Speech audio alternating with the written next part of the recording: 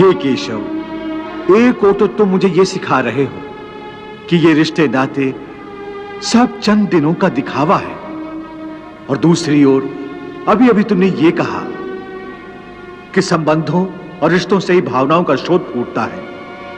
कहा था ना? हाँ। और मैंने ये कहा था कि कर्म करने के लिए किसी न किसी भावना का होना जरूरी है, और भावना के लिए रिश्ते नातों की आवश्यकता है, क्योंकि किसी न किसी रिश्ते की जड़ से ही तो भावना पैदा होती है। इसलिए यदि मनुष्य सारे रिश्ते तोड़ देगा, अपनी भावना को त्याग देगा, तो फिर वो कर्म किसके लिए करेगा? अपने धर्म के लिए। धर्म के लिए? हाँ, अपने धर्म के लिए।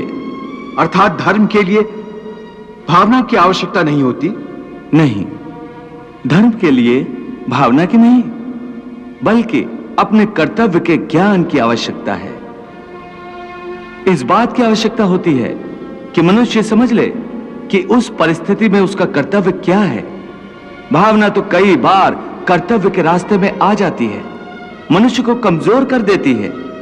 जैसे इस समय तुम्हारी भावनाओं के कारण तुम्हारे मन में जो मोह उत्पन्न हो गया है, वो तुम्हें कर्तव्य के रास्ते से भटका आ रहा है। इसलिए शास्त्र कहता है कि कर्तव्य भावना से ऊंचा है। अभी तुमने बड़े ज्ञानियों जैसे तर्क किए कि कर्म के लिए कोई प्रेरणा होनी चाहिए और प्रेरणा के लिए कोई भावना आवश्यक है। ये सारे तर्क मोह जनित हैं। रिश्ते नातों के मोह ने तुम्हारी बुद्धि को धूमिल कर दिया है, इसलिए तुम्हें सत्य दिखाई नहीं दे रहा।